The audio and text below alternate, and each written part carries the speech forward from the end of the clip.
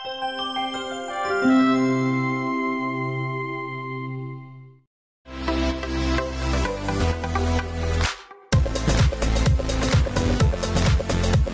everyone, and welcome to another great show where the girls, my mom's with us, Lori, my sister-in-law couldn't be with us today, but she will be on this season. So how are we doing today, Mama? I'm doing great, Janine, coming out of the storm a little bit. You know, we lost my dad this summer. And so my dad taught me so much about perseverance. In January, he got COVID and he beat COVID. But the things that left him by the time July came, it had beat him down and it was time to say goodbye. He rejoined my mother in heaven. That's what gives us some peace. And my dad always said, enjoy yourself. It's later than you think. A salute. So if you don't mind, I'm going to dedicate this show to my dad because later on in the show, we have a great guy coming on who's been an inspiration to all of us. And I feel he came into my life at the right time as a friend. And so we're going to meet Stephen Hoppy later on. But right now, to Dad, Andrew Juba Marquez, well known in the area, a salute. We'll be right back with the girls and you'll meet Stephen Hoppy.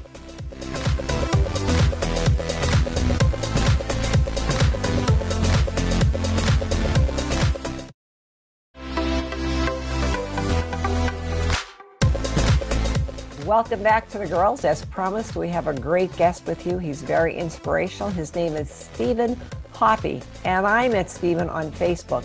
I started following a lot of his posts because I was looking at the struggles and tribulations he was going through, and yet how he just kept going and going and going and was actually encouraging and inspiring me by watching what he was going through. And here we have him today through all his trials and tribulations. We have Stephen Hoppy. Welcome to the show, Stephen. Oh, glad to be here, girls. How are you? We're doing well.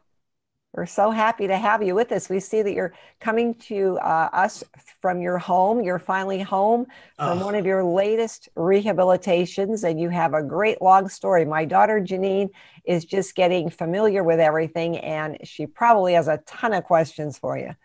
Well, she can ask away because I'm like an open book. So. You know, thanks to the power of social media and technology and being able to watch our programming and all of our favorite shows, you know, people are home watching TV, they're online watching TV and getting information. People now more than ever are finding ways to find inspiration through others, through people that they know, people that they don't know. And I know through your story, Stephen, and watching you and looking at your life unfold on Facebook that you really have had some struggles and you've managed to keep yourself motivated and inspired. And, you know, everyone has their own little story of struggles and how they keep themselves motivated. So start from the beginning for our viewers and tell us about where your journey began with your struggles with your health. My journey began at the age of 13. I was diagnosed with scoliosis. And at that age, I didn't even know what that meant. I was told that it was curvature of the spine, and they recommended me to see a series of doctors. And I ended up actually at AI DuPont in Delaware, which is a children's hospital that deals with all kind of different spinal cord issues and health issues and that. And my spine was actually at a degree where it was 24 degrees out, which, you know, as a kid growing up, you don't really know what's going on. And I can always remember my grandmother saying to me, you know, she's like, I think there's something wrong with your back. And it's like, well, I'm like, nah, it's just probably growing pains or something like that. Lo and behold, that's what it was. So I was led to a doctor.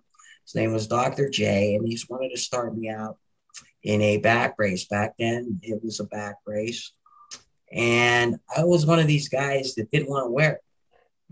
So I hurt myself by not wearing it because they wanted me to wear it at night. And by not wearing it, caused my spine to go out even more, 36 degrees, even more. So obviously there was something going on.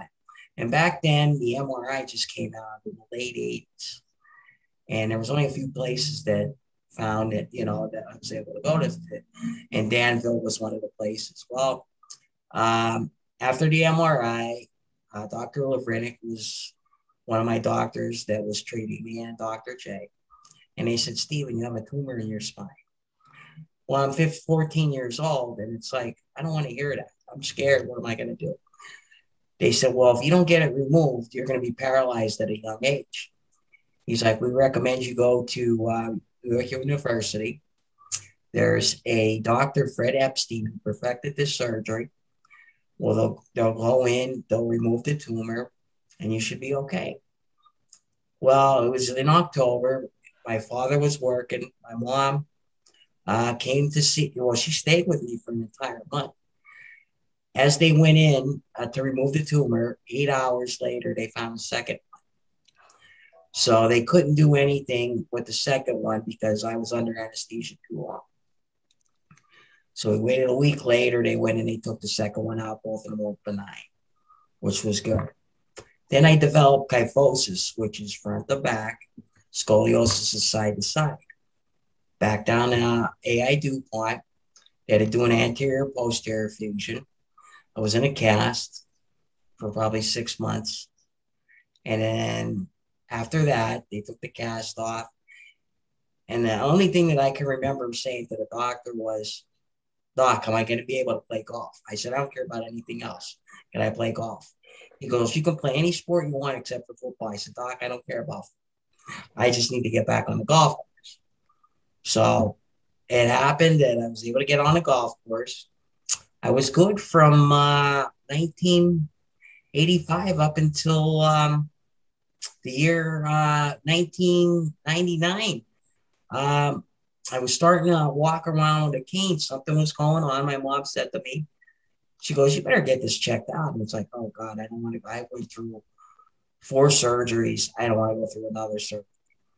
So I was referred to Rothman Institute in Philly. And they said, well, if we do surgery, Steve, it's going to be a catastrophe.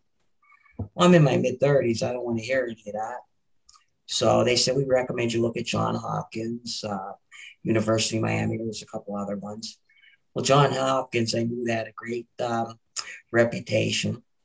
So this was right after my father passed away in January of 2000. We went to Hopkins, and they said, well, we can fix you. We can make you 98% straighter. I said, great, let's do it. Well, at that time, I was dealing with insurance. I had a business, and they wouldn't cover the surgery. So it's like, okay, what do I do now? So a good friend of mine, John Rogers, said to me, he's like, go on disability. Get the Medicare, let them do that. So I got turned down the first time. So by the time I got it, was 2003 with the Social Security, then 2 years to wait for the Medicare. So already we're 6 years into this. And I finally get surgery May of 06 at Hopkins, put the rod screws in, everything's fine. Walking around with a walker. I went to John Hines, did my rehabbing. Was good for 2 years. The beginning of 2009, I go to stand up and put my pants on. My legs give out from under me. I'm like, oh no, now what's going on? So the spine started collapsing on the cord. So went back down to Hopkins, and they said, well, we have to remove the scar tissue or it's going to cause you problems. And my spine was stretched like a garden hose. That's the only way I could tell you. It's like when somebody rides over a garden hose and there's no water. Well, it's the same thing. There's no signals getting through that area. My injury was at T8, thoracic T8, which is an incomplete injury. And there's always that hope of walking again versus somebody who has a complete injury. So they went in, they removed the scar tissue. I came out and recovered real quick for my legs. I had sensory. Easter week, I'm down in Baltimore all by myself. So I was there. My family came down when they could. Then I got transferred to McGee Rehab, which is one of the best rehab places on the East Coast. A good friend of mine was on the board of directors, got me right in. I spent probably 3 months doing inpatient because I wanted to walk so bad. They had this thing called the locomotor training where they harness you up and, they try to retrain you with walking in there. Well, I pushed so hard, I ended up spending a year down there and I got burnt out. So I came home, I recuperated a little bit, but I said I still wasn't going to give up. So I just kept going. I was at University of Miami Project. I was at a couple other facilities, Good Shepherd and Allentown, and still nothing. So, incomplete injury in a wheelchair. Okay, now what am I going to do? I'm a Penn State grad. I have all this experience. My friend EJ said, well, with your experience, you should sell mobility vans because, you're good with sales. And I'm like, okay. So I started doing that. It was great because I got to break bread with a lot of people. I mean, I go in somebody's house, talk to them, demonstrate. They're like, well, how do you drive? Oh, it's all hand controls. I said, my van's all modified up, everything. So I was doing that. And then I just kept doing it. And then from there, things kept getting better. I mean, obviously my upper body, but I couldn't get the use of my legs. And I'm like, well, hey, if God wants me to walk, I'll walk. So then fast forward to last year, and I was coming out of my van. I didn't have my chair tilted back. My chair hit the ground, and I tumbled forward because I one of these guys who never want to wear a seatbelt on a chair. Fractured my femur. This was October 31st of last year. So I ended up at Lehigh Valley Hazleton for a fractured femur. And then from there, COVID really hit. So there's only a few places that I can go to. I ended up in Shenandoah at this Ridgeview. And I spent November, December there. January 9th, I get my first vaccine, Pfizer. The next day, stomach pains. I get sent to Lehigh Valley, Allentown. My gallbladder's infected. It won't work with antibiotics, anything like that. So they decide to take it out. And that's when I get COVID. And my mom had a difficult decision to make because the doctors wanted to give up. They're like, he's not going to make it. He's dealing with sleep apnea. When you have sleep apnea, it's hard to breathe. And my mom's like, you do what you got to do to save my son's life. I don't care what you have to do, you do it. And by the grace of God, I pulled through. And from November to July 2nd of this year, I was all over from Wilkes-Barre General, their inpatient, and I ended up in Aristocare in Plymouth Meeting, which I got to say was probably one of the best rehab places that I ever stayed at, because not only did I beat it, but I got off the trick. And only 20 to 30% get that out. And I knew something was going on because I started breathing on my own and the machine was trying to fight with me. And I'm like telling the doctors, I'm like, something's going on here. So they wanted me to be capped for like 7 days. I ended up being capped for 3 days. The ENT doctor came in and said, let's look down your lungs. Oh, your lungs look great. Vocal cords sound great. You want it out? I said, get it out. So that afternoon, I had to hold 2 fingers to talk. By 8 o'clock at night, the hole was closed. So a big success story, which leads me into where I'm at now. I decided to write a book, and it's something that I've been wanting to do for a while. I have to thank my Uncle Bob because he kind of inspired me to do it. And finally, I have the time now to do it. And it's going to be called Never Give Up. I already wrote the first chapter. I started on the second chapter, and I'm also doing motivational and inspirational speaking. I'm going around to a lot of different rehab hospitals and hospitals. I met a lot of great people along the way, and people to this day, like, how do you do it? Like, and it's like, I just do it. When I was going through this whole COVID thing, not knowing if I was going to make it or not, I did see Jesus, and I did see my Father, and I saw the bright light, and they told me it wasn't my time. They said, you need to go back. So I feel like I'm a cat because I had 3 near-death experiences already. that is, first of all, quite a story. We want to talk about your book when we come back. We want to talk about your near-death experience. You're watching The Girls. We have a very special guest, Stephen Hoppy. He is with us, and you just heard his story. It's remarkable. Never Give Up is the name of the book. When we come back, we're going to talk about that and much more. Stay with us.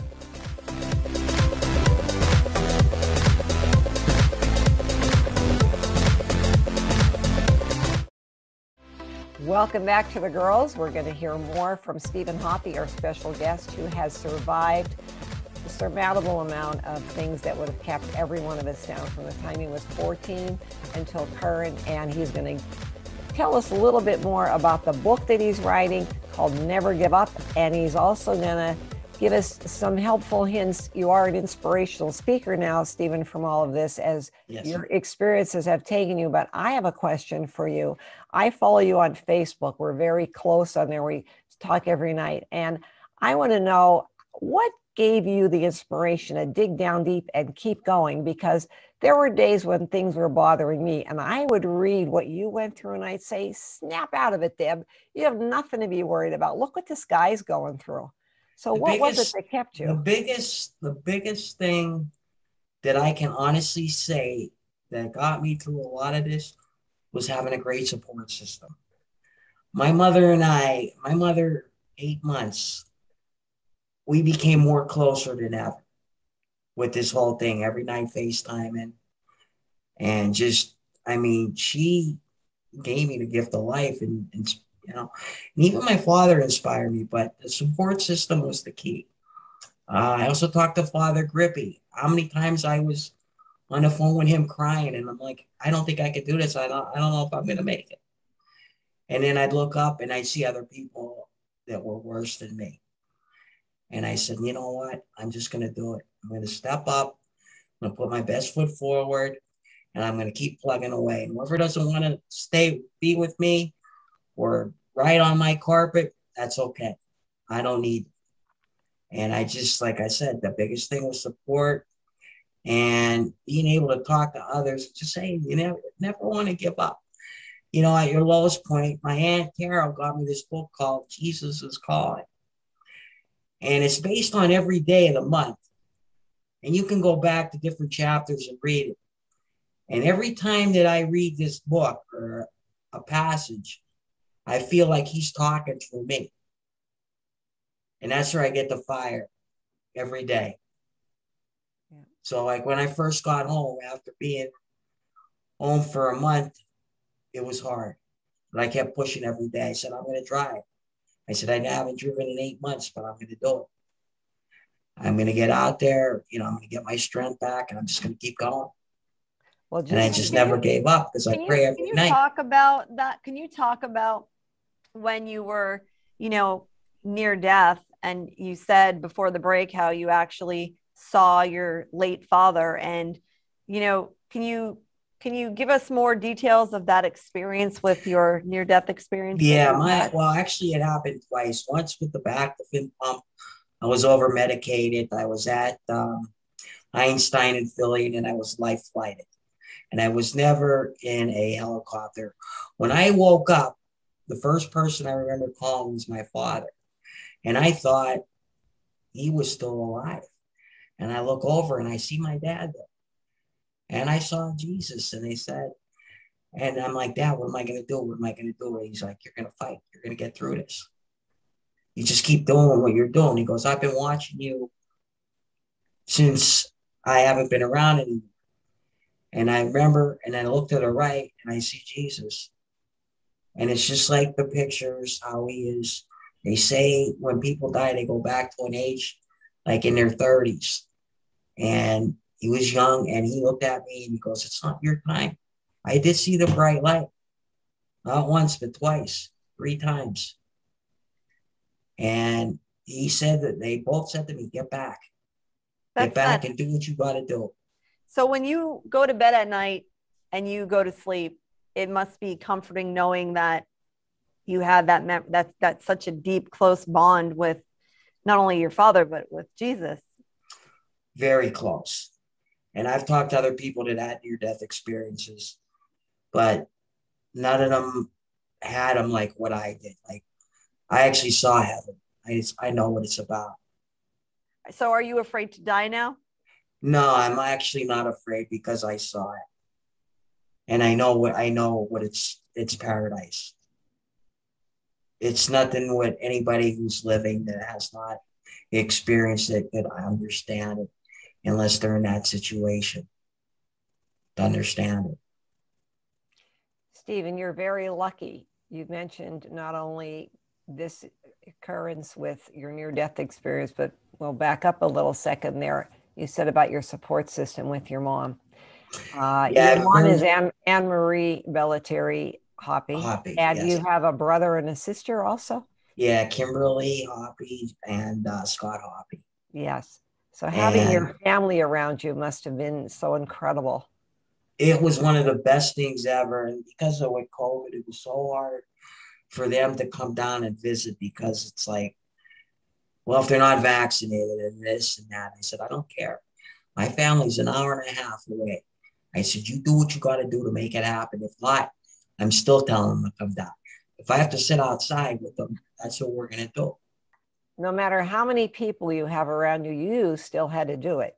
And that's where right. Your faith and your experience, that's what gave it to you, because you were all alone, really all alone there. You were relying on strangers and just your inside. And just seeing you today is so, I'm just so thrilled to be able to talk with you, because I've seen you at your worst and now to see you today at your best. And you just seem so comfortable in your skin right now. Yeah, I do. And I just keep going. Like I said, I went to Philly to pick up a friend that's, that moved in with me. She had a, bad spinal cord injury too. So we both can relate. She walks with a walker, but we could relate, each other's, support. But that's the whole key, is having people around you and believing that you can do it. You just never give up. I mean, I've seen people like, oh, they're on disability, they don't want to do anything. That's not me. I'll keep going. I mean, I just waxed the car by a vehicle last week. I saw it. Looks great. I'm going to bring mine over. Yeah. I mean, I just keep going. I mean, I have aides that come into the house, and which is another hard thing too, is because with all this COVID going on, I can't get the help that I need. I had agencies. I belong to this program called The Waiver, and I've been recruiting myself because they don't have anybody. And it's like they want to work under the table. And that's another story at a later time. That's a whole other show. That's a whole other show. We don't want to get into. That's right. But anyway, long story short is even the aides that work for me, very compassionate. They're there just to assist. I mean, it's just being with, family, friends, and that's what, like I said, inspired me to write this book in the way. And when it comes out, it's going to be a good read. We're excited to hear about it. And I'm thankful to finally hear your story, because my mom had talked about, having some interesting people on, and she had mentioned you and then told me about, the specifics of your story. But when your book comes out, we will certainly let our viewers know. It was a joy to have you on the show and inspiring. Well, I appreciate it. Our viewers that watch the show. Mom, in closing? Yes, in closing, I saw that you got a special chair so you could go golfing, a stand-up golf chair, is yes, it? Yes, okay. And actually a good friend of mine is actually doing a portrait with me in this chair, because she started painting, and she's like, what do you want done, Stephen? I said, I want you to put me in this chair standing, putting to the pin. And she's like, that's what it's going to be. So I'm hoping it's done next week. So it's going to be pretty neat. Well, maybe we could get out and get around with you. So you practice. Yeah, definitely. I would love that. You don't have to practice hard with me, because let me tell you something. I haven't played it. I haven't played in a while. I'm looking forward to getting back out. All right. Well, we're looking forward to seeing you again and continuing on with your progress. And well, we cannot wait for the book. I want mine signed. So thank you. Definitely. Are you going to be cooking tonight? Yeah, I don't know what I'm going to make though tonight. I might do some filet mignons in the air fryer. I just bought a new Foreman grill. I don't know. I know you always have me hungry with the Hey, post too there. So you're a man of many everybody talents. says the same thing. They want to know what dishes am I going to do tonight. I get it all the time. Yeah. Text Everyone messages. likes to eat. So Of course. everyone likes food. I know. I do. Yeah, exactly. That'll be your second book. You could write a cookbook. Yeah, well, that's true because I had gastric sleeve surgery. I lost weight. It's 350 pounds. I'm down to 240. And it's 4 years out already. See, Janine, we have to have him back on as a guest. We could talk about all of that that he overcame as well. All right. Well, we're going to let you go. Okay. Thank you, So Stephen. grateful. Thank you. It was a pleasure. Tell your mom we said hi. I will. She's actually And, up in Maine on vacation. Great. She'll be watching the show. You could see it online. You could see it on Channel 13. We're glad that you helped us kick it off, and we'll talk to you next time. See you on Facebook tonight. All right. Love you, Sounds honey. good. Thank you very much. I really enjoyed it. Bye-bye. Bye.